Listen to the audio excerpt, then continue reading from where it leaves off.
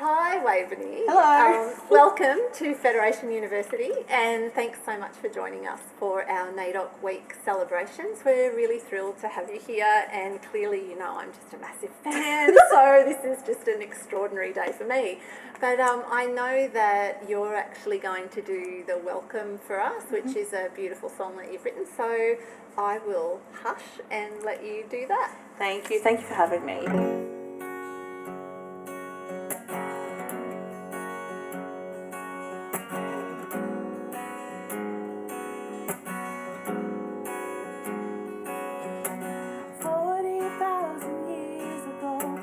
Building cities, roads, the traditional owners that we call elders knew this land was home. So we pay respect, acknowledge them. Without them we wouldn't see our culture shared through song and dance, our history.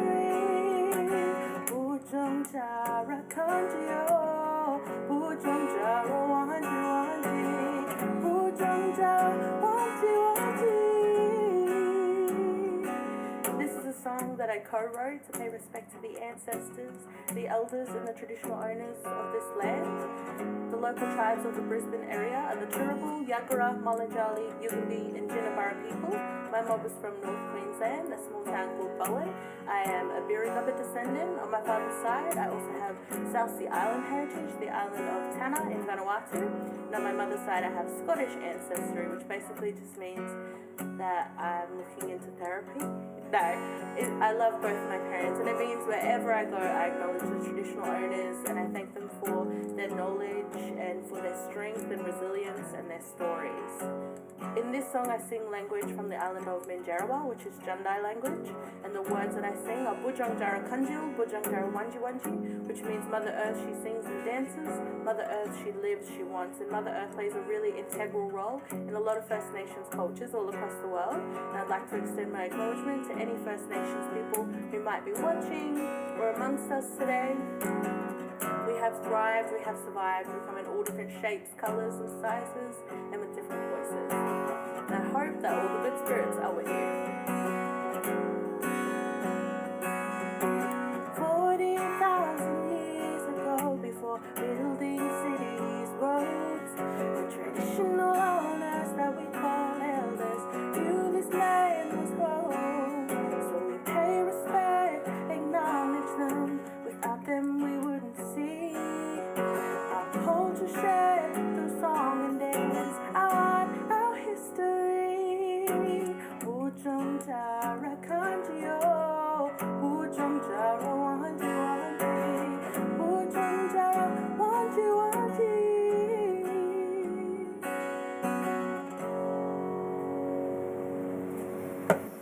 Wow, it really is the most beautiful acknowledgement to country. So can you tell me a bit about why this way of acknowledging? What was the background to you writing this piece of work? This song was written originally for a children's music show.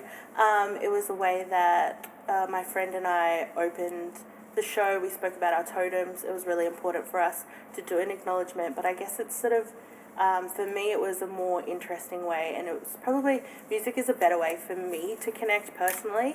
I think it was sort of resonating with all ages at that point. It was for children originally, but now I do it everywhere I go and at every gig. I do it to sort of open up the space, and I think it's less clinical, it's a bit more personable.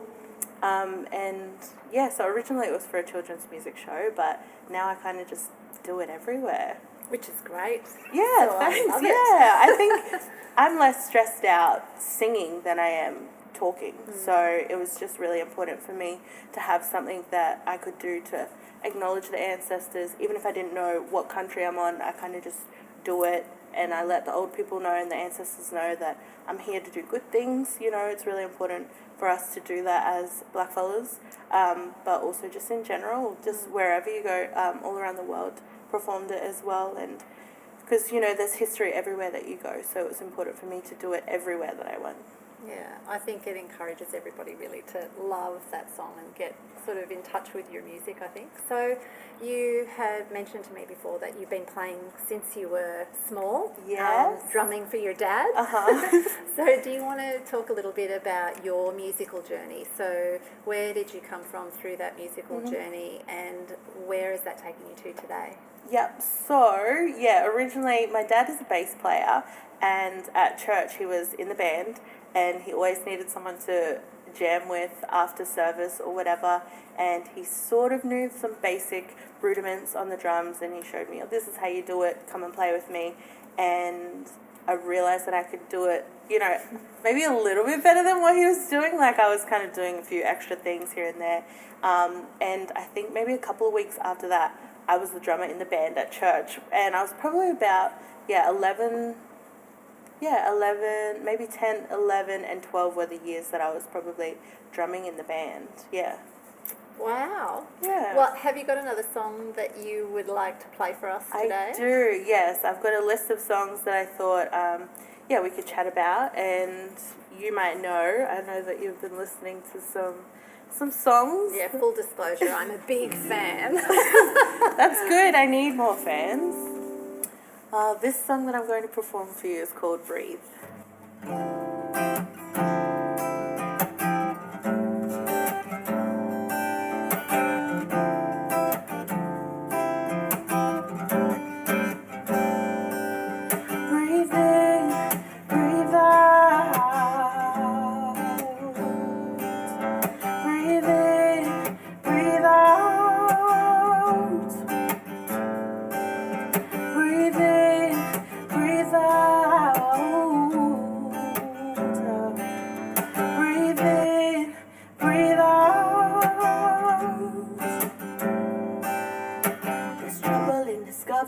Sister friend is struggling, I'm cutting and doubling my love for you, it's coming in.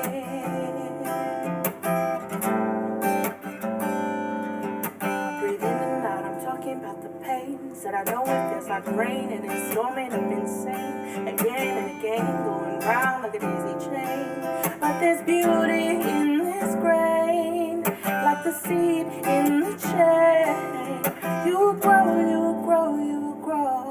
You will grow, you will grow, you will grow, grow. You will grow, you will grow, you will grow. Breathe in, breathe out. Breathe in, breathe out. Breathe in, breathe out. Breathe in, breathe out. No worrying, no stressing, my sister, you're a blessing. Take this love on this journey, you've become a steady, ready, brave soul, adding color to this gray world. There's beauty in this lesson, it's a struggle, life is tested, push and shove. On this journey, you've become much bigger than this game, girl. There is healing in this pain, like the still when it rains. You will know, you will know, you will know. You will know, you will know, you will know. Whoa. You will know, you will know, you will know. Breathe in, breathe out. Breathe in, breathe out.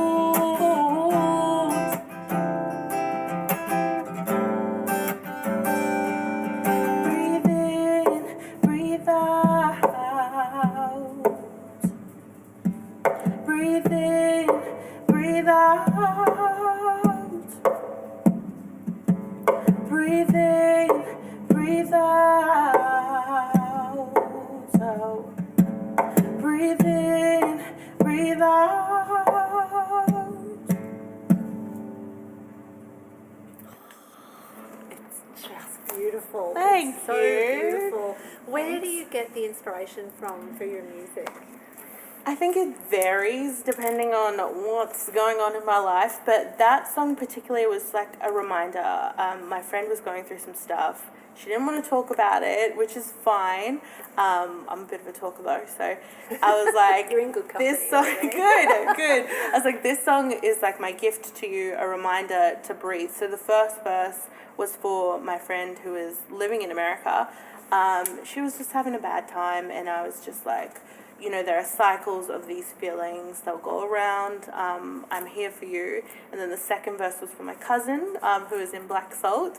And it was also a reminder. I think things get really hectic and we forget to look after ourselves. I think a lot of the time, you know, women in particular are really good at looking after other people before they look after themselves. But it's important for us to be looking after ourselves. Otherwise, you know, if we burn out, you know, we've got nothing to give to other people. So that was just a reminder to breathe. You know, Yeah. It's beautiful. It's such a beautiful song. I love the drumming. The There you go, tapping, yeah. taking you back to your dad. So Yeah. that's fantastic. Thank That's you. a good segue to Black Salt. Yes. So I was excited to hear that that you have released an album. Yeah, yep. So do you want to talk a bit about that and maybe play something Yes. from that? Yes. I'm glad you requested some Black Salt. I haven't played any of our Black Salt songs in a while. But my cousin and I, Georgia Korowa, we wrote some music together. We were kind of just hanging out at first. You know, it was a really good friendship, a good way to have a yarn and a debrief. And she's into music. She does a lot of sort of looping like I do. She's great with harmonies, and we kind of were on the same level musically. So we're like, you know what, let's get some stuff together. No pressure. It was super low pressure. Most of the songs that we did write were we were sitting in her kitchen at like, you know, 10, 11, 12, staying up late while our kids were in bed, just yarning, journaling, you know, saying, what do we want to tell other women and, you know, the sisterhoods that we've created, you know, what would our message be?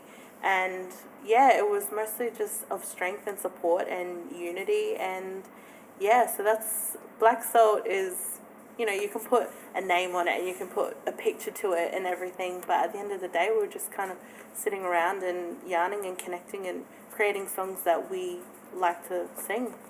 Yeah. Which are beautiful. I've heard Thank a few of them you. on YouTube. So So we released the EP recording in May. You know, we didn't have a big release, obviously, because of COVID, which is totally fine. Obviously, you know, so many things are unpredictable in this world and this industry. So, yeah, we just did a couple of videos and releases. And, it's not, you know, for us, it wasn't about the money. It was just about having a little stamp in the world and saying what we wanted to say, you know. So, yeah. So this one is, Turning World.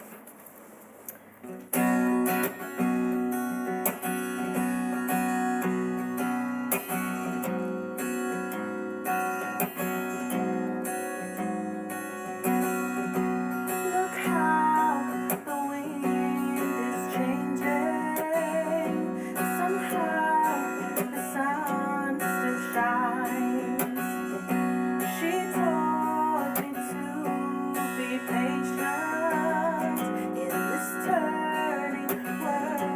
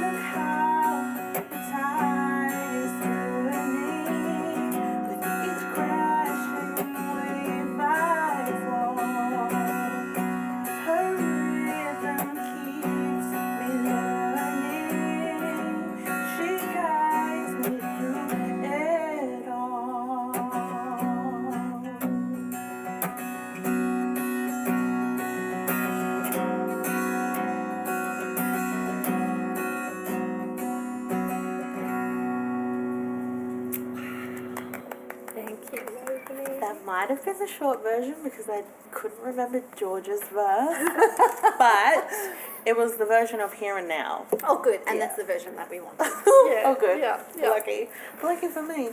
So it's been really interesting hearing about sort of Black Salt and how that came about. Yep. And I think probably a lot of people would also know you from pub choir. Yes. Yeah. Yeah. So do you want to give us a little bit of a, because there will be some people that will watch this that Yeah. may not be aware of pub Okay. choir. Yep. So Totally.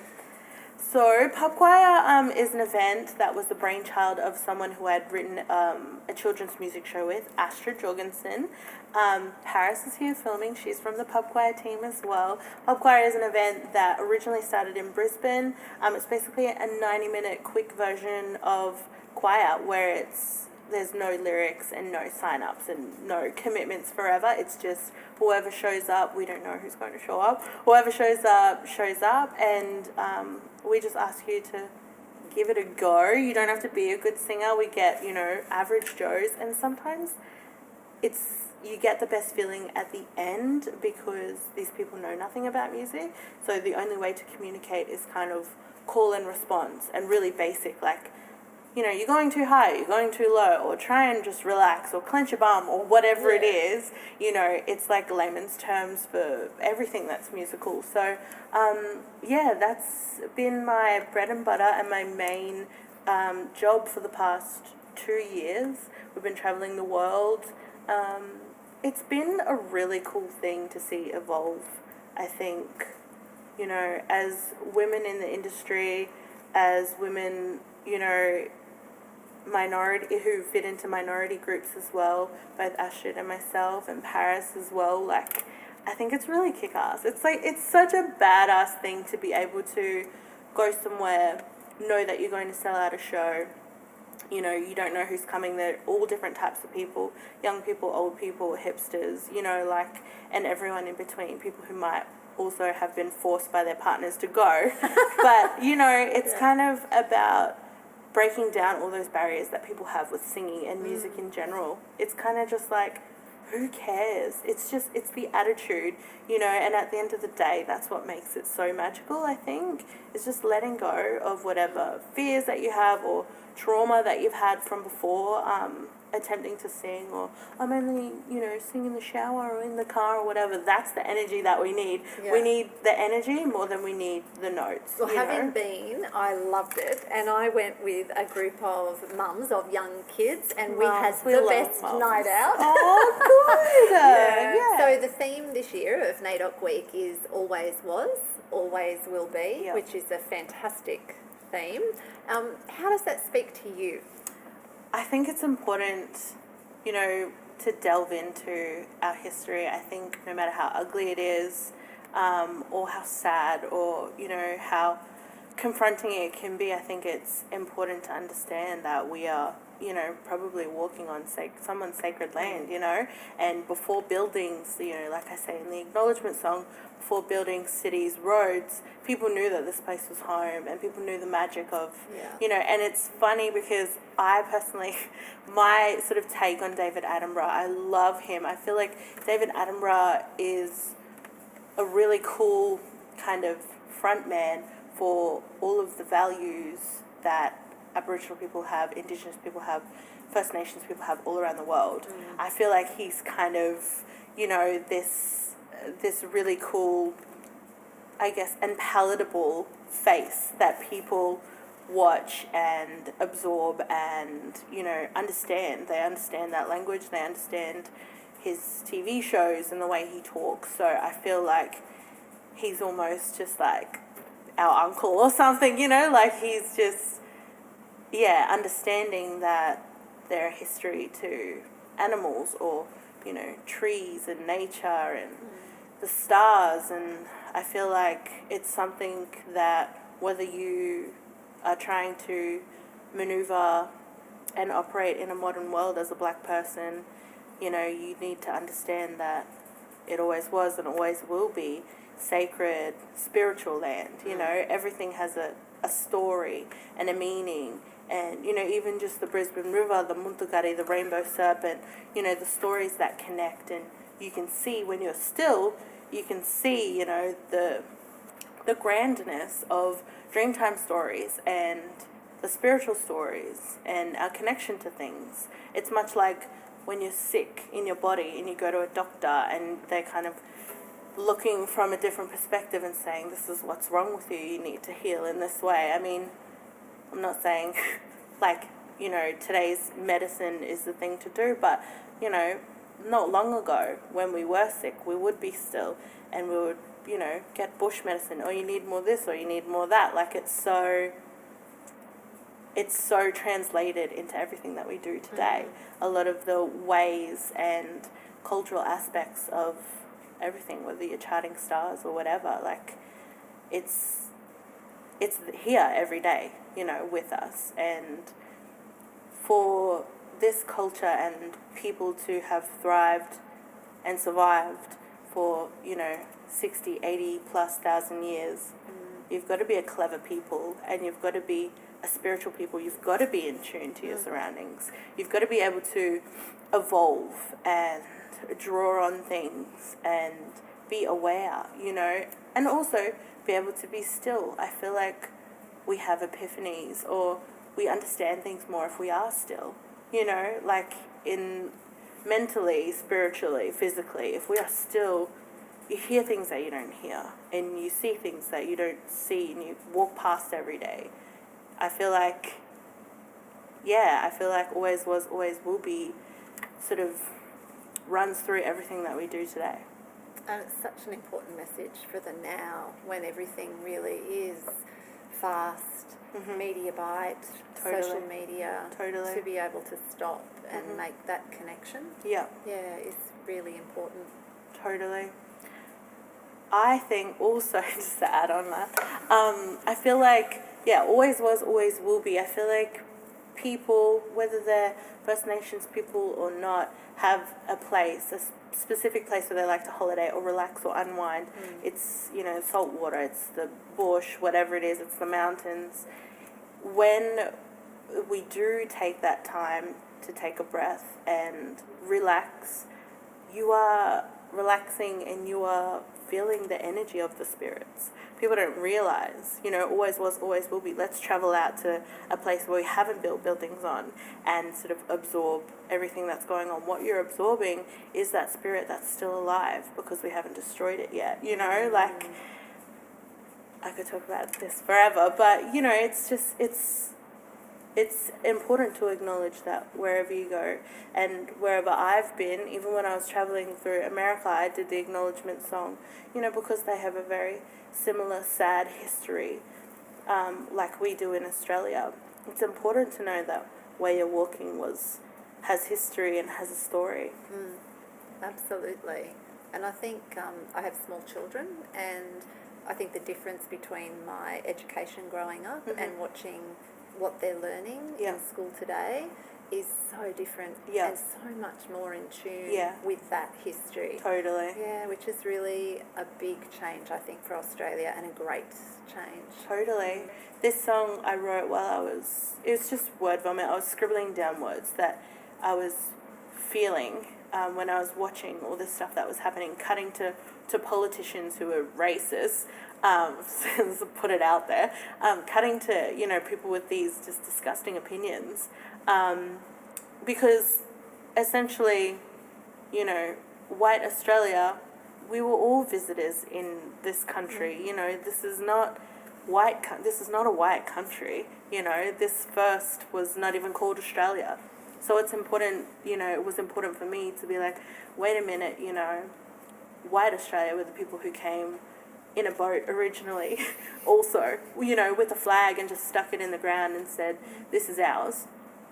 And everything that I wrote that night, translated, I used every single word that was on that piece of paper the next day, and I rapped about it. I did a loop on the piano, got a little loop machine, I did a couple of chords, and it just kind of came out. There was no real process of stopping, does this fit with this? It was all just literally rapping to the beat, you know, reading the words off the page to the beat. So, and the first verse is about people seeking asylum, and the second verse is more about mob and how, you know, white Australia were the people you know, in one way or another seeking asylum or seeking something as well. You know, originally they were the original boat people.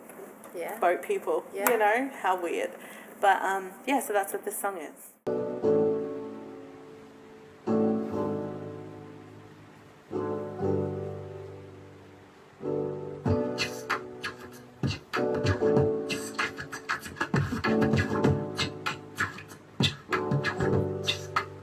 It ain't the fight that kills, it's the light that wilts when we hate the right to debate the real things, and yet we let the little things become war and guns, and it's seeping into the brains of our young.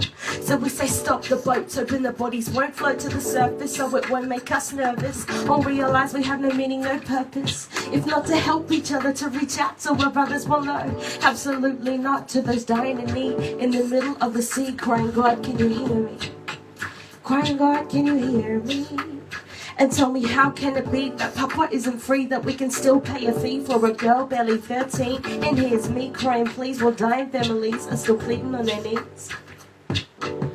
Bombs, fires, shootings left and right, they can't walk outside to be scared for your life. We'll never know how it goes to grow to be a toy soldier, become 30 years older in one day, taking lives away by the victim of the bullet and the victim of the trigger. It's getting bigger and bigger. It's bigger than you, it's bigger than me, and they're crying please. They're crying please, someone set them free. They're crying please, someone set them free. They're crying please, someone set them free. Yeah, they're crying please. They're crying please, someone set them free. They're crying please, someone set them free. They're crying please, someone set them free. And they'll never know freedom. They'll never know freedom, no. They'll never know freedom, no. They're crying, crying.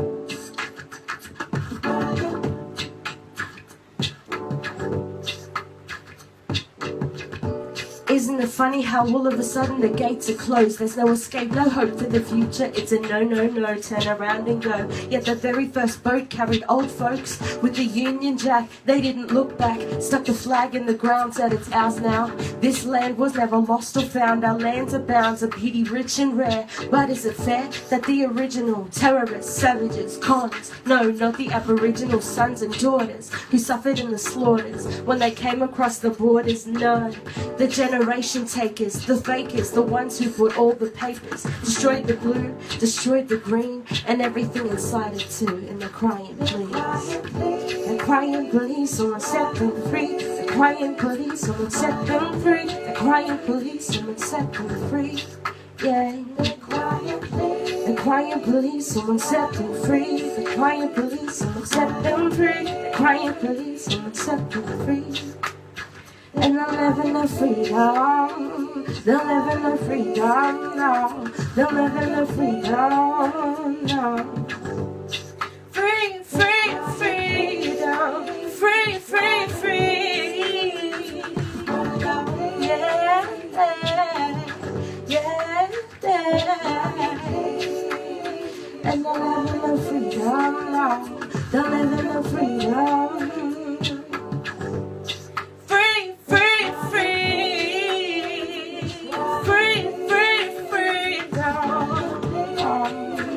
They'll never know freedom. Yeah, yeah, yeah. They're crying please, someone set them free. They're crying, crying.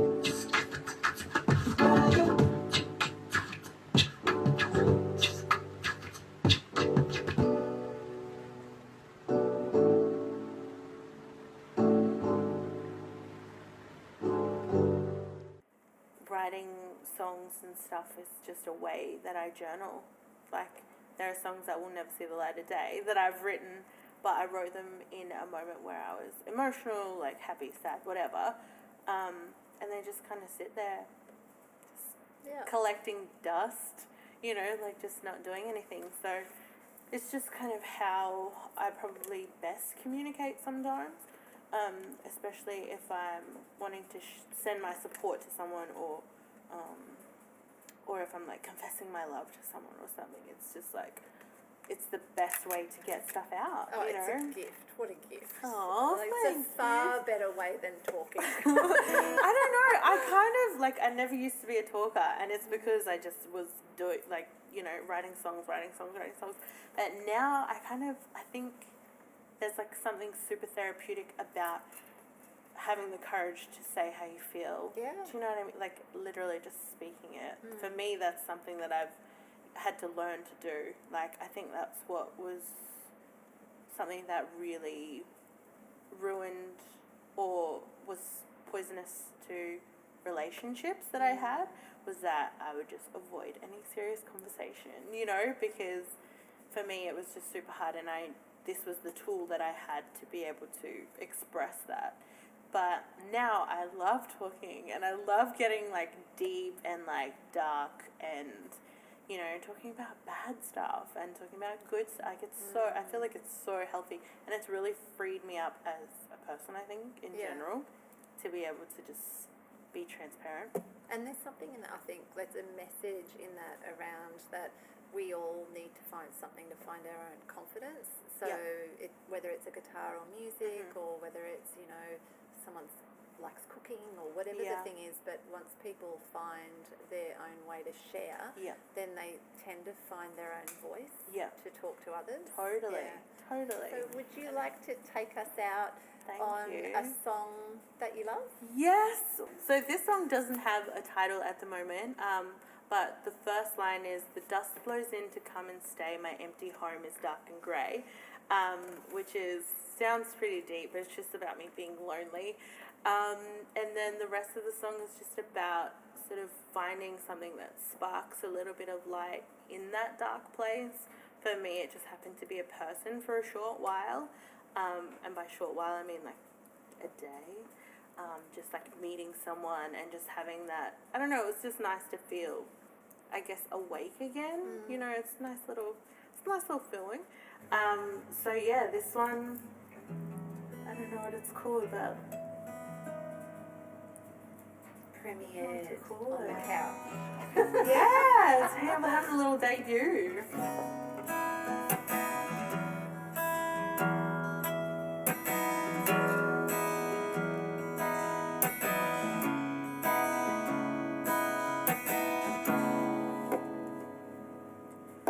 The dust blows in to come and stay. My empty home is dark and grey. I sit and watch these colors fade.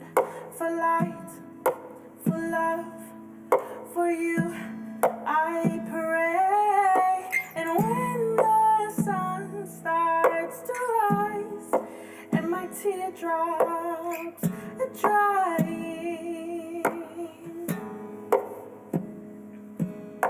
and when I open my eyes but my heart is still crying,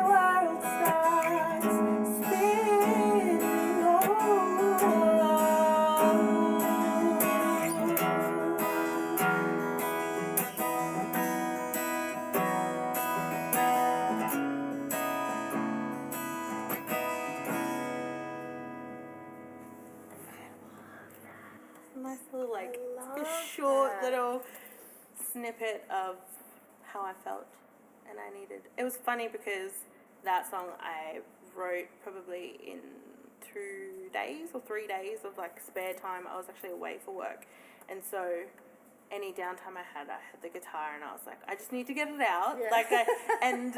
It's funny because the person I was working with that time, like, why do you need to get it out so quickly? Like, what's it about? And I was like, no, we're not having that conversation, because that is a conversation for me. So I was just like, I'm having the conversation already. Like it's not even important. It's just a moment. So yeah, I have like probably